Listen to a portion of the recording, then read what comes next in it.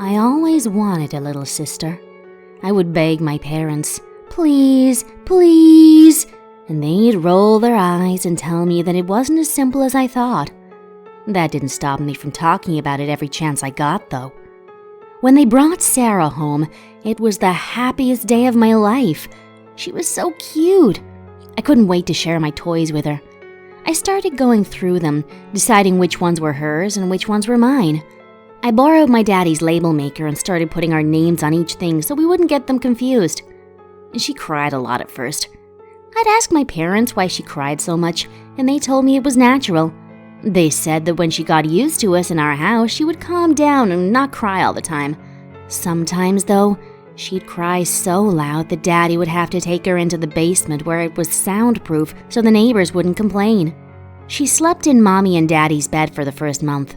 Sometimes I'd try to join them, but they'd always lock their door. Mommy said their bed wasn't big enough for all of us to sleep in, but I was patient.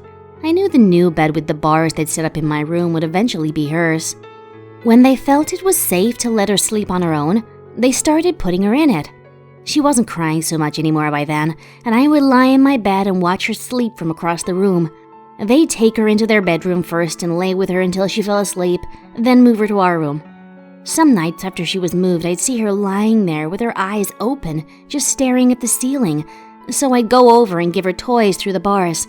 A lot of the time, she'd just throw the toy and then start crying, and I'd have to hide under my covers before Daddy came in to deal with her.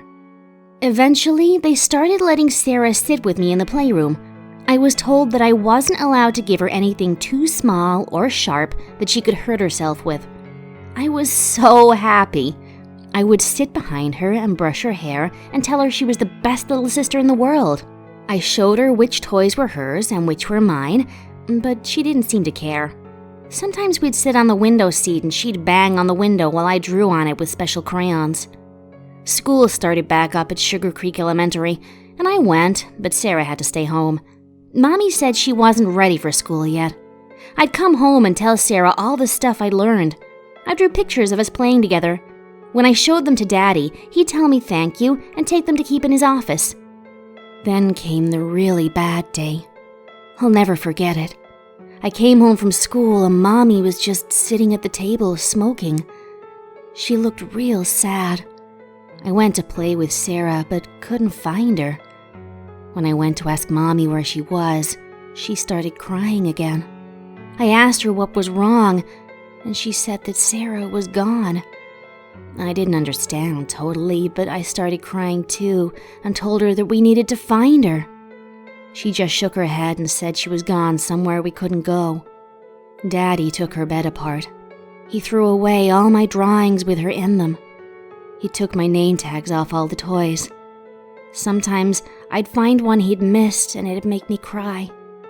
I started collecting them and hiding them, but he found where I hid them one day by accident and got really mad. He must have really missed her because he was really, really sad. We weren't allowed to talk about her. It was like she never existed. I didn't think it was fair. Why were they allowed to be sad and I wasn't? I told Mommy that Daddy was mean to make us not talk about Sarah, but she said it was better that way, and I would understand when I was older. I saw Sarah again. It was just one time, but I'll never forget it. I was with Mommy doing some errands. We went grocery shopping, then went to a fabric store in Thorntown so Mommy could look at material to make some new curtains. She remembered she had letters to mail, so we stopped at the post office to buy some stamps. I was humming to myself and reading posters while Mommy talked to the lady behind the counter. And that's when I saw Sarah. She was as cute as I remembered. I walked over and looked at the poster with her picture, but they'd gotten her name wrong. Somebody had written her name down as Shannon. I rushed over to Mommy and tugged on her sleeve and told her that Sarah was up on the wall with the other pictures of children, but she got all flustered and apologized to the lady before dragging me out of the post office. I had to shout because she kept trying to talk over me instead of listening. I saw Sarah! They got her picture on the wall in there! Finally, Mommy slapped me and told me it wasn't Sarah, and that it may have looked like Sarah, but I was mistaken, and if I didn't stop, I'd get in real trouble with Daddy when he got home. I cried and promised to be good, but even after I promised, I wasn't allowed to have dinner and had to sit in my room that night alone. I heard Mommy and Daddy talking in the kitchen, and they got kinda loud. Somebody started banging open the kitchen drawers, and then Daddy's feet stomped up the stairs, but I heard Mommy scream, "Don't you dare!" and he stopped outside my room, and then went back downstairs. We never went back to that post office, and I never saw Sarah again.